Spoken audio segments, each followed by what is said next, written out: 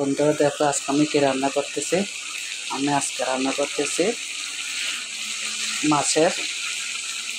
মাছ দিয়ে আলু দিয়ে। তো বন্ধুরা যারা অনেকে কাঁচা মাছ পছন্দ করে, আমি আজকে মাছটা কাঁচায় রান্না করতেছি, ভাজি করিনি। আগে কি করেছিলাম, মরিচ মশলা দিয়ে মাছটাকে কষিয়ে নিয়ে উঠে রাখতেছি। দেখো বন্ধুরা, এখানে উঠে রাখছি, মরিচ মশলা দিয়ে কষাইয়ে উঠিয়ে রাখছি। এর মধ্যে আমি আলু দিয়ে দিচ্ছি। দেখো আলু গোল গোল করে কেটে রেখেছিলাম, আলুগুলো দিয়ে দিলাম।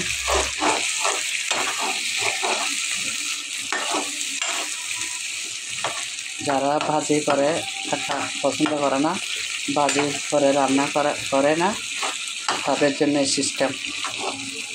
মাছটা কী করতে হবে, মরিচ মশলা দিয়ে এখানে আমি উপকরণ দিয়েছি আদা বাটা, মরিচের গুঁড়া, হলুদের গুঁড়া আর জিরার গুঁড়া।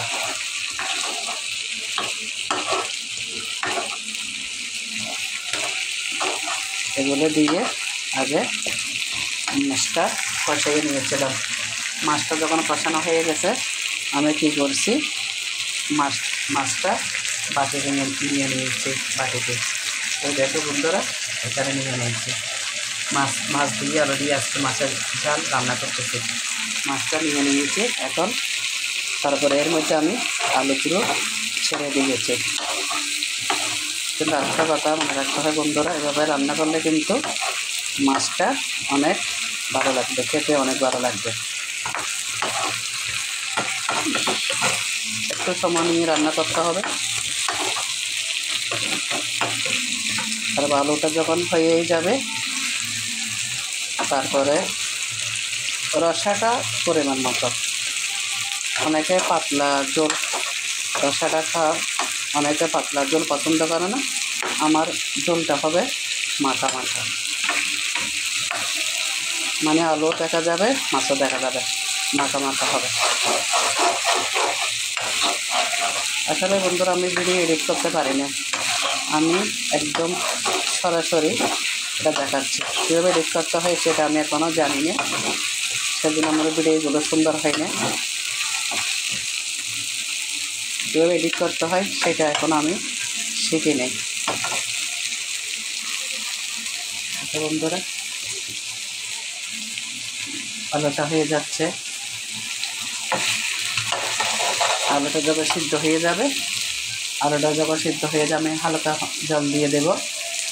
তারপরে কিছুক্ষণ রেখে দিব। রেখে দেওয়ার পরে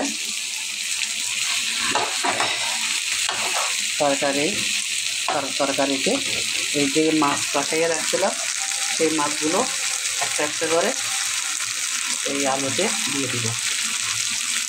আজকে বন্ধুরা, আমি মনে চাইছে তোমাদের সাথে ভিডিওটা একটু শেয়ার করলাম। সবাই রান্না করতে পারে, তারপর আমি কেমন রান্না করি সেটা একটু তোমাদের সাথে শেয়ার করলাম আর কি। বন্ধুরা দেখো,